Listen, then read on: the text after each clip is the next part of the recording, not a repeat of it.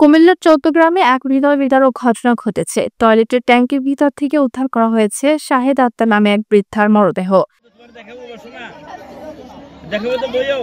নিহত শাহেদ আক্তার উপজেলার ঘোলপাশা ইউনিয়নের পূর্ব ধনুষারা গ্রামের মাওলানা আব্দুল মোমিনের স্ত্রী।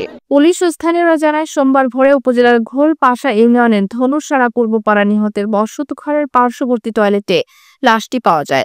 নিহতের স্বামী মাওলানা আব্দুল মোমিন জানান, আমি স্থানীয় একটি মসজিদে ইমামতি করি। প্রতিদিনের ন্যায় আজও আমি ভোরে ইমামতির উদ্দেশ্যে বাড়ি থেকে বের হয়ে যাই। আমার বাড়িতে আমরা দুজনই বসবাস করি। আমি মসজিদের নামাজ শেষ করে সকাল আনুমানিক 7টায় বাড়িতে এসে আমার স্ত্রীকে খোঁজ করি। ঘরে এবং বাড়ির আশপাশের কোথাও না দেখে ঘরের পার্শ্ববর্তী টয়লেটের বাইরে পায়ের জুতা এবং তার পরনের কাপড় দেখি।